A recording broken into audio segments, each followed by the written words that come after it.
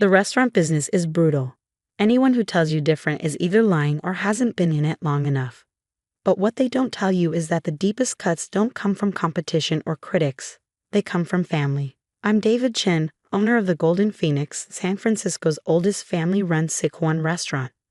Until last year, that family-run part included my younger brother Eric. Now he owns Dragon's Fire, our biggest competitor, using recipes he stole from our kitchen. Or so he thinks. Our story starts 3 generations ago, when our grandfather arrived in America with nothing but a small notebook of family recipes and a dream. He worked 18-hour days as a dishwasher, saving every penny until he could open a tiny storefront in Chinatown. The Golden Phoenix was born. That notebook became our family's most precious possession. Those weren't just recipes. They were stories, techniques passed down through generations, secrets that made our food unique. Especially our Phoenix sauce, a complex blend of 38 ingredients that took 3 days to prepare properly. Remember, Grandpa would say, showing me how to toast the spices just right. Anyone can follow a recipe. But understanding why each step matters, that's what makes it special. I soaked up every lesson, spending hours in the kitchen after school while Eric played video games. When Grandpa passed away, he left the restaurant to both of us. But everyone knew I'd be the one running it.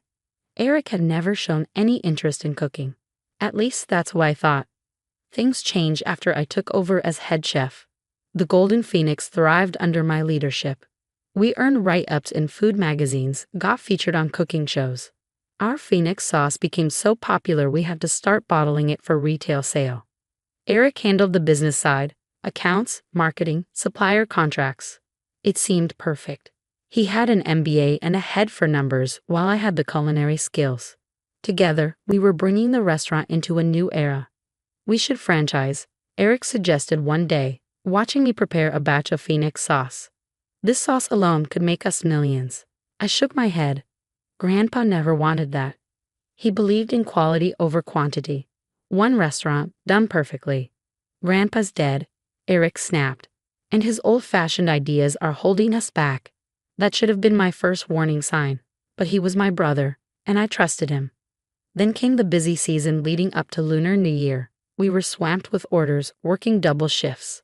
Eric offered to help with the sauce preparation. "You've got enough on your plate," he said. "I remember watching you and Grandpa make it. Let me handle this batch." I agreed, grateful for the help. That was my second mistake. 2 months later, Eric resigned, said he wanted to pursue other opportunities. I wished him well, even helped him pack up his office.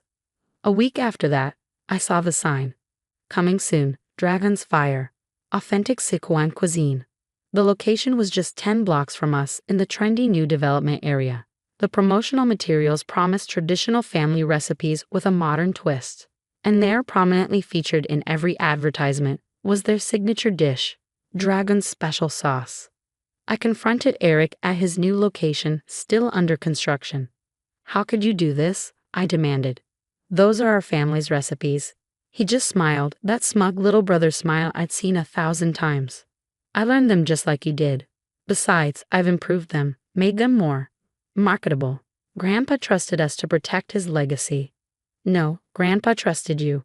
He always liked you better, always thought you were the true chef. Well, now we'll see who the better businessman is. I left feeling sick, not just because of the betrayal, but because I knew our recipes inside and out. If Eric was really using them, he could seriously damage our business. The next few months were tense. Dragon's Fire opened to great fanfare, backed by heavy marketing and social media influence. Their sauce wasn't exactly like ours. Eric had indeed modernized it, making it sweeter, less complex. But it was close enough to confuse customers. Our business started to suffer. Regular customers would tell us they tried Dragon's Fire, saying the food was similar but more modern. Some even suggested we should update our old-fashioned recipes. The staff could sense something was wrong. Mrs. Liu, our head server who'd worked for my grandfather, pulled me aside one day. "Your grandfather," she said in Mandarin, "he was wise about more than just cooking. Remember what he used to say about protecting family secrets?" I did remember. Grandpa had been almost paranoid about his recipe book, keeping it locked away except when teaching me. He'd also insisted I learn the recipes by heart, not just by reading. "A recipe written down can be stolen," he'd say. But the one in your heart, that's yours forever. That's when I remembered something else. Something about the day Eric had offered to make the sauce. I went to the safe where we kept Grandpa's original recipe book. Next to it was the working cookbook we used in the kitchen, the one with our daily recipes, including the sauce. But they weren't the same recipe. Years ago, when I first took over the kitchen, I created a slightly modified version of the Phoenix sauce recipe for daily use. It was good, but not quite the same as Grandpa's original. The true recipe, with all its subtle details and secret steps, existed only in the original book and in my memory. Eric had stolen the working recipe, not the real one. I checked our security cameras, found footage of him photographing pages from the kitchen cookbook late at night. He thought he had our family's greatest secret, but he only had a copy of a copy. I was still processing this revelation when the announcement came. The city's biggest food festival was happening in 2 months. Both the Golden Phoenix and Dragon's Fire had been invited to participate. Eric's message was immediate. Hope you're ready for some real competition, big brother. After people taste my version of our sauce, the Golden Phoenix will be history. I looked at Grandpa's real recipe book, then at the festival invitation. Maybe it was time to show everyone the difference between a stolen recipe and a true family legacy. But I had no idea then just how far Eric would go to win, or what it would cost both of us to learn the true meaning of family loyalty. The morning of the food festival dawned clear and cool, perfect weather for serving spicy food. I arrived early with my team to set up our booth, watching as Eric's crew assembled an elaborate display across the festival ground. His setup was exactly what I'd expect, sleek, modern, with digital menu boards and trendy lighting. The Dragon's Fire logo glowed in neon red, while uniformed staff handed out promotional materials. Our booth was simpler. The Golden Phoenix, a traditional signage, the same one Grandpa had hand-painted decades ago. Mrs. Liu arranged our tables with the quiet efficiency of someone who'd done this 1,000 times. "Look at this," my sous chef Michael whispered, handing me one of Dragon's Fire's flyers. "They're calling it the original dragon sauce, a family recipe reimagined." I studied the glossy paper. Eric's marketing team had done their job well, creating a story about modernizing traditional recipes for contemporary tastes. There was even a photo of our grandfather's old restaurant, though Eric had carefully cropped out the Golden Phoenix sign. "Chef," Michael interrupted my thoughts, "we've got a problem."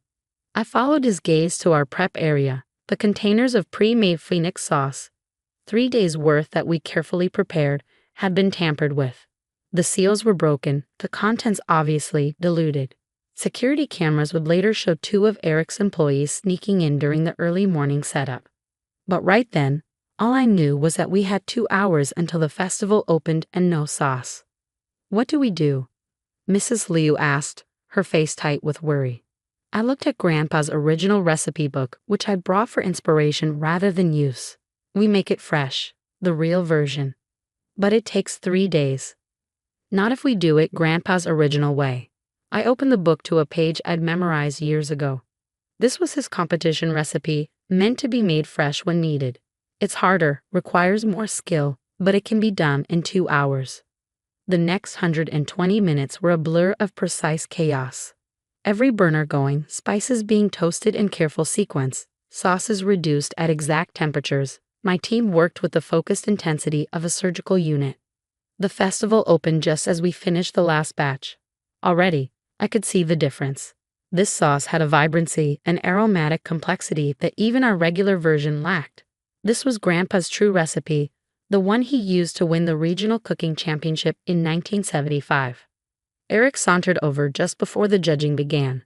"Cutting it a bit close, aren't you?" His smile didn't reach his eyes. "Hope nothing happened to your prep work." "Nothing I couldn't fix," I replied calmly. "How's your sauce doing?" "Must be hard getting it right when you're working from an incomplete recipe." His smile faltered slightly. "What are you talking about? I have the exact recipe you use in the restaurant." "Do you?" "Look closely at your sauce, Eric. Notice how it separates slightly? How the oil doesn't quite emulsify? That's because you're missing 3 key steps and 5 ingredients that aren't in the kitchen copy." Before he could respond, the judges arrived at his booth. I watched as they sampled his food, nodding appreciatively. Dragon's Fire's sauce was good, I had to admit that.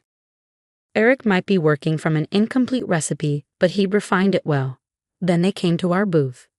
The head judge, a renowned chef who'd known our grandfather, took one taste and closed his eyes. When he opened them, they were shining. "This," he said slowly, "this is Chen Xiaoping's sauce. The real one. I haven't tasted it since the 75 competition." Word spread quickly through the festival. Soon our booth was swamped with people wanting to taste the original sauce. Even Eric's employees were sneaking over to try it. The final blow came during the award ceremony. Not only did we win Best Sauce, but the head judge made a speech about the importance of preserving true culinary traditions. "Anyone can make a good sauce," he said, echoing Grandpa's words. "But a great sauce carries history, carries soul."